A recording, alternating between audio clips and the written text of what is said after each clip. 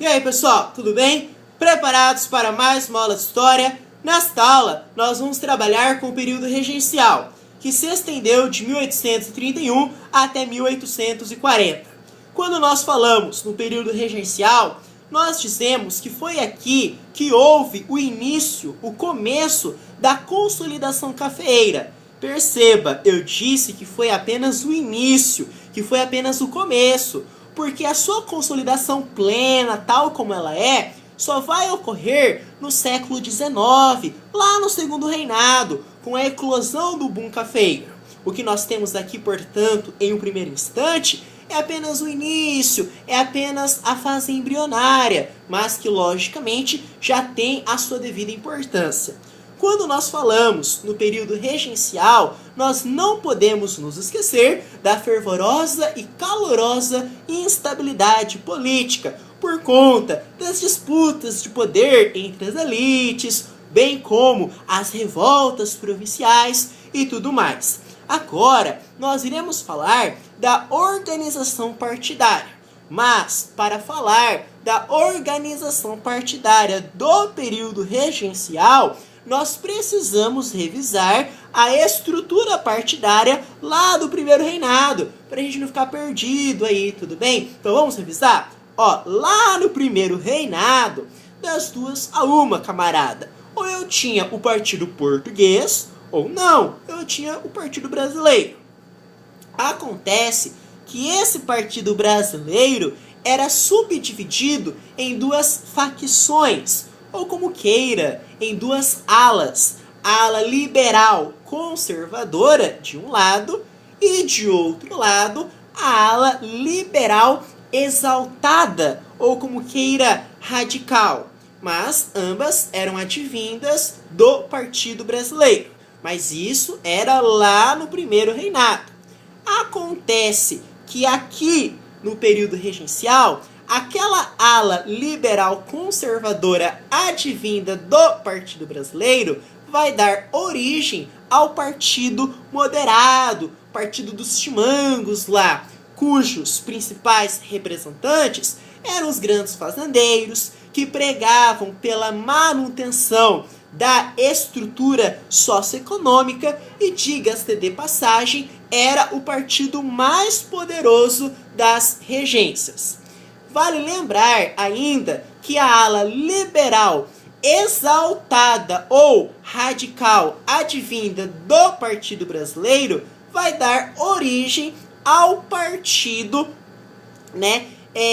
ao partido exaltado, ou como queira, farroupilhas, cujos principais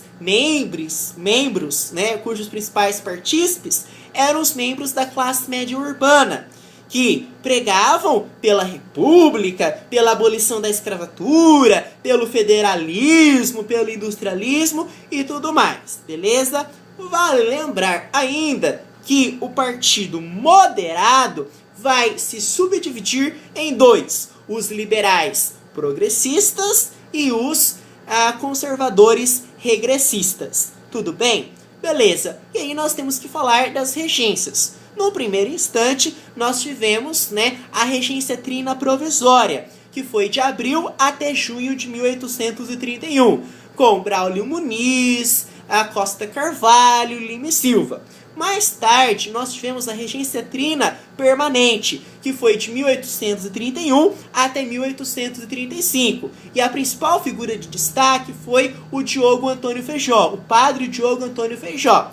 Dentre suas realizações, nós temos a criação da Guarda Nacional, o ato adicional de 1834 e a subdivisão do Partido Moderado em dois, os progressistas e os regressistas. Vamos falar agora da Guarda Nacional. Essa Guarda Nacional seria uma espécie de milícia particular do Império, que estava completamente desconectada do Exército. Qual era o seu principal objetivo? O seu principal objetivo era enfraquecer o Exército. O Exército tinha aqueles ideais republicanos, e tudo mais. E o objetivo era enfraquecer o Exército, era encontrar uma instituição que tivesse forças políticas que não concentrasse o poder nas mãos do exército. Era isso que as elites agrárias, que os coronéis mais aspiravam, né? Encontrar uma instituição, né, que tivesse forças políticas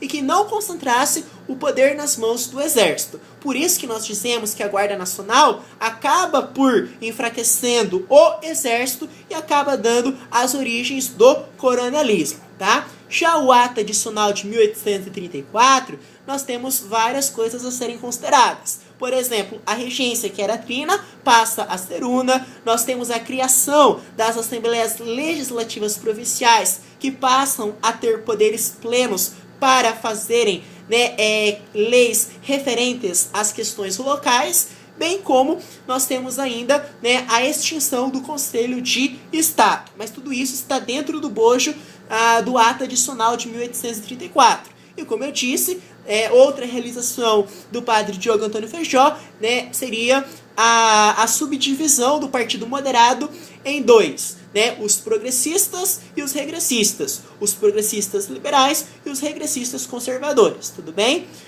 Por enquanto é isso, pessoal. Muito obrigado.